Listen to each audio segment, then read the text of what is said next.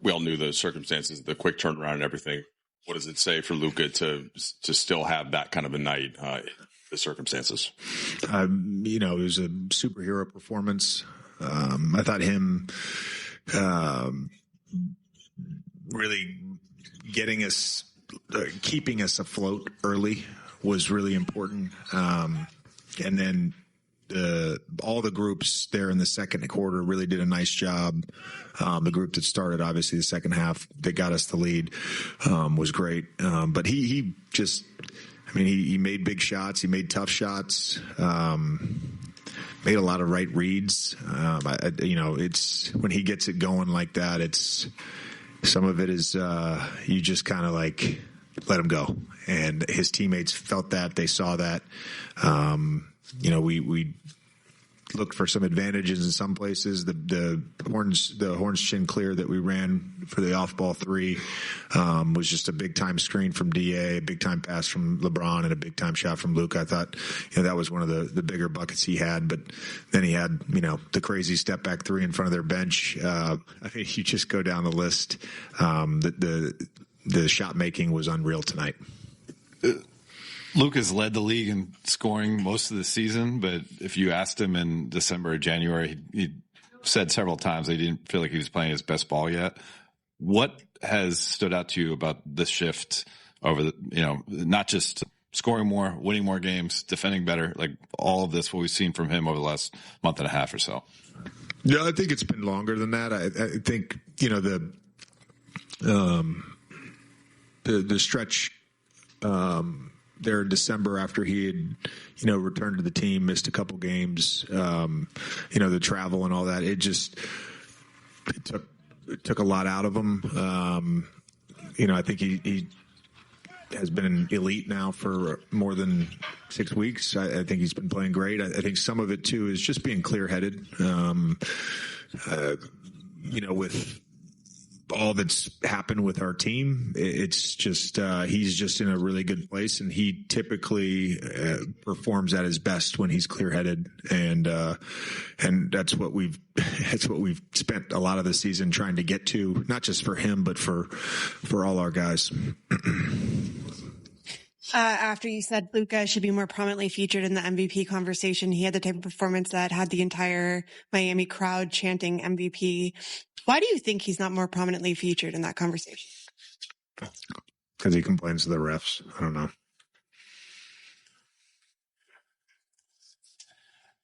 JJ, sometimes when you have a guy who is a scorer, who's ball dominant and stuff like that, it can maybe alienate teammates.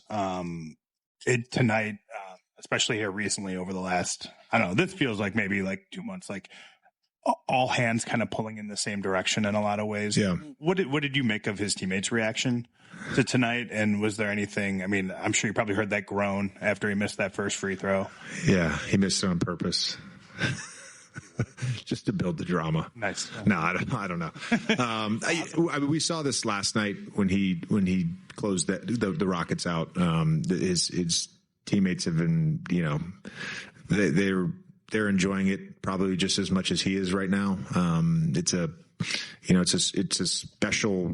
special run that he's on, and we've seen all-time greats like him go on these runs, and you just kind of got to embrace it and enjoy the moment. We're whatever we are, 20 games over 500, and obviously he's missed time. LeBron's missed time. AR's missed time. He's to the MVP point. Like, we would not be anywhere near in the position we're in without him having the season that he's having. He just, and particularly of late, he's dominating right now. JJ, you said pregame that it takes a lot of work to get to this point, and you sort of just left it there. But you know what the narratives were a couple of months ago, that this wasn't a championship team and couldn't contend. And was there just a point where this group just got tired of seeing dirt kicked on it? Like, what was it that sort of just steeled this group, if you will? Those are external expectations. That's external noise. That's not something that I think we emphasize or talk about. mindset since day one is to continue to get better, to continue to build our habits, continue to connect as teammates and coaches. Maybe it's the injuries. Maybe it's, I've mentioned this before, how loud our losses are sometimes. It just took a little bit longer, and you don't take it for granted when you're in it. It's enjoyable. But that's what an 82 game season is. I remember when I was working in media, Paul George said something about the Clippers, like we don't know what our identity is, or we lost our identity. And it's like, yeah, that happens to nearly every team 4 or 5 times a season. We felt like we had an identity to start the year. There was a lot of interruptions. I told you guys a few weeks ago, I was confident that this group would get to a good place. I think we're in a good place. I don't care if you call us championship contenders or not championship contenders. It doesn't matter to me. That's not going to change how I approach coaching this team. It's not going to change how our players are playing right now. Carl's Jr. moment of the game, James. It's Luka moving into first place on the Lakers' single-season 3-point record. That was kind of lost with going for 60.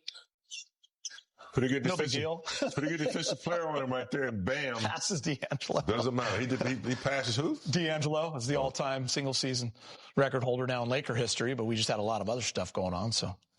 Yeah, I mean, scoring 60 normally helps you move up a few lists. It does. When you have 9 threes, you got to keep going. That helps. LeBron James with Mike Trudell in the media. All right, Eric Spoelstra said before the game that you're giving Father Time hell, and I suppose this is the perfect sort of back-to-back at your age, right? Get here at 5 a.m. to show that.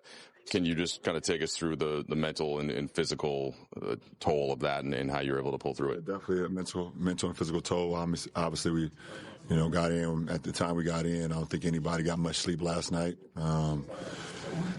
Just wanted to see how the body feel, how the mind felt, once we all kind of got going, once I got going this afternoon. And they wanted to come in and see how the body felt after some of the routine things that I do and the treatments things that I do. And decided to give it a go. We all decided to give it a go. So that's a big gritty win for us on the road, especially under circumstances. I think the 10th assist to get you the triple-double was Luka's either 8th or 9th three right there in the 4th. You've had special nights like that from a scoring standpoint. What did you make of his night? You see how we all reacted on the floor. We were super happy that he was able to get that last free throw to go to give him a 60 piece. But it was just in the flow. It wasn't even like he was trying to force his way to get it. Everything came in the flow. Once he got hot in that third, obviously he had a red hand and he just kept it going, and then made some big time plays for us in the fourth, couple and ones, obviously some threes. So it was big time. Is that like peak fun basketball?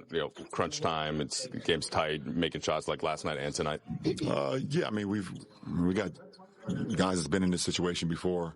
When it's crunch time, how to make plays, what needs to be ran, how to slow down the team, mellow the team, and chaos. So to be able to rely on that is very, very important for a ball club. There's been obviously a lot said about your team. There's always a lot said about your team. In particular, kind of the fit between yourself and Luka and Austin. Are we just seeing 3 smart players figure it out? Is that what we've seen just kind of over the last few weeks? I think for us it's always been about time.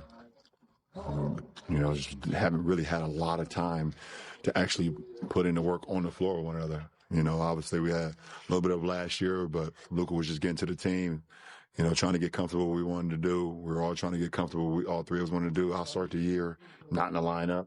AR had a moment where he was out, so it's just trying to figure it out, and then I was out a couple weeks ago and was able to come back and see how I can best fit those guys, because they were just playing so dynamic off one another. So,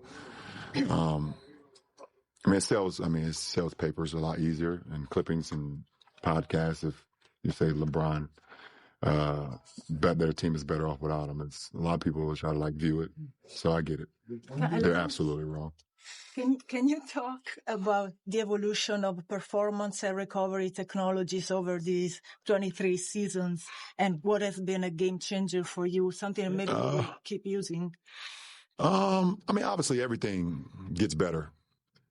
Everything. That's just evolution. It doesn't matter what it is. You can look at a phone from 23 years ago compared to now. You look at cars from 23 years ago to now. You look at everything.